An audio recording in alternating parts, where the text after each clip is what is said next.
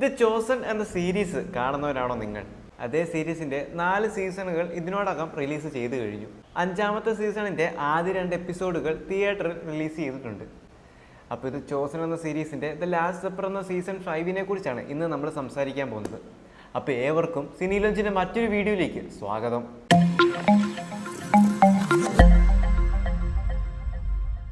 The chosen എന്ന് പറയുന്ന series കണ്ട് അതിൻ്റെ ബാക്കി സീസണുകൾ കാണാൻ താല്പര്യമുള്ളവരാണ് നിങ്ങളെങ്കിൽ, അല്ലെങ്കിൽ അത് കാണാൻ വേണ്ടി വെയിറ്റ് ചെയ്തിരിക്കുന്നവരാണ് നിങ്ങളെങ്കിൽ, വേഗം തന്നെ അടുത്തുള്ള തിയേറ്ററുകളിലേക്ക്, അതായത് ഈ സിനിമ കളിക്കുന്ന തിയേറ്ററുകളിലേക്ക് വേഗം വിട്ടു എന്ന് തന്നെ പറയാം.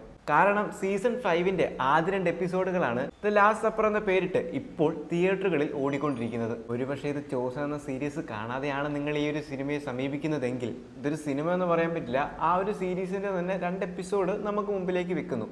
അപ്പോൾ അത് കാണാതെയാണ് നിങ്ങൾ ഇതിനെ സമീപിക്കുന്നതെങ്കിൽ ഒരു പക്ഷേ നിങ്ങൾക്കിത് ഇഷ്ടമാകണമെന്നില്ല.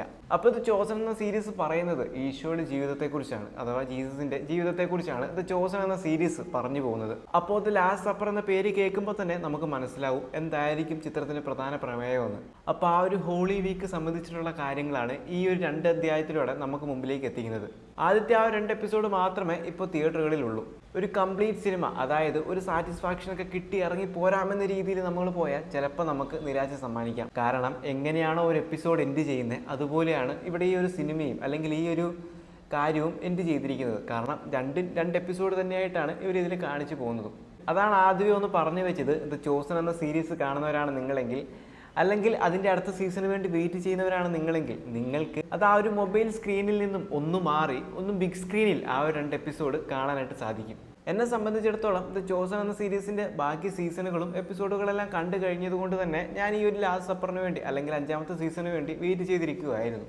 അതുകൊണ്ട് തന്നെ ആ ഒരു സാറ്റിസ്ഫാക്ഷൻ എനിക്ക് കിട്ടി. പക്ഷേ നമ്മളൊരു സിനിമ കാണുന്ന ആ ഒരു ഇതിൽ ചെന്നിരിക്കുമ്പോൾ എന്താ പറയുക, നമുക്ക് ആ ഒരു സ്റ്റാർട്ടിങ് ടു എൻഡ് നല്ലൊരു ക്ലൈമാക്സ്, അത്ര ഒരു ഫുൾ ഒരു കംപ്ലീറ്റ് ഫിലിമായിട്ട് നമുക്കിതിനെ കാണാൻ പറ്റില്ല. മറിച്ച് 2 എപ്പിസോഡുകൾ മാത്രമായിട്ടാണ് നമുക്ക് മുമ്പിലേക്ക് വെക്കുന്നത്.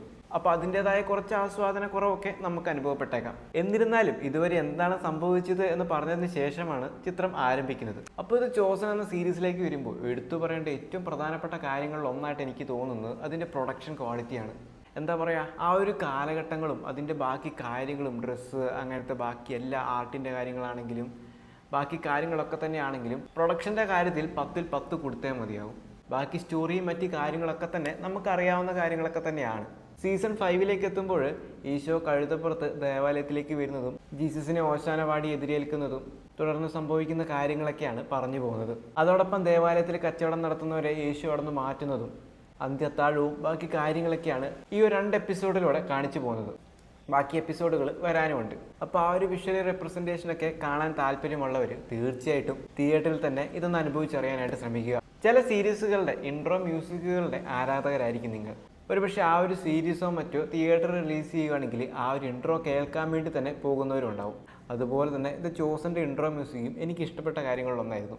അതും ആ ഒരു തിയേറ്ററിൽ കേൾക്കുമ്പോൾ കിട്ടിയ ആ അനുഭവവും അതും നല്ലൊരു അനുഭവം തന്നെയായിരുന്നു. അപ്പോൾ ഈ ഒരു ഈസ്റ്റൊക്കെ കഴിഞ്ഞേക്കുന്ന ഒരു അവധിക്കാലത്ത് ഇത്തരം സിനിമകൾ കാണാൻ താല്പര്യമുള്ളവർ ഇതും കൂടി ഒന്ന് കണ്ടു നോക്കാനായിട്ട് ശ്രമിക്കുക. സിനിമ എന്ന് പറയാൻ പറ്റില്ല, ആ 2 എപ്പിസോഡും കൂടെ കാണാൻ താല്പര്യമുള്ളവർ ഒന്ന് കണ്ടു നോക്കുക.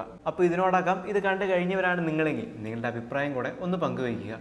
അപ്പം മറ്റൊരു ചിത്രത്തിൻ്റെ വിശേഷവുമായി മറ്റൊരു വീഡിയോയിൽ വീണ്ടും കാണാം.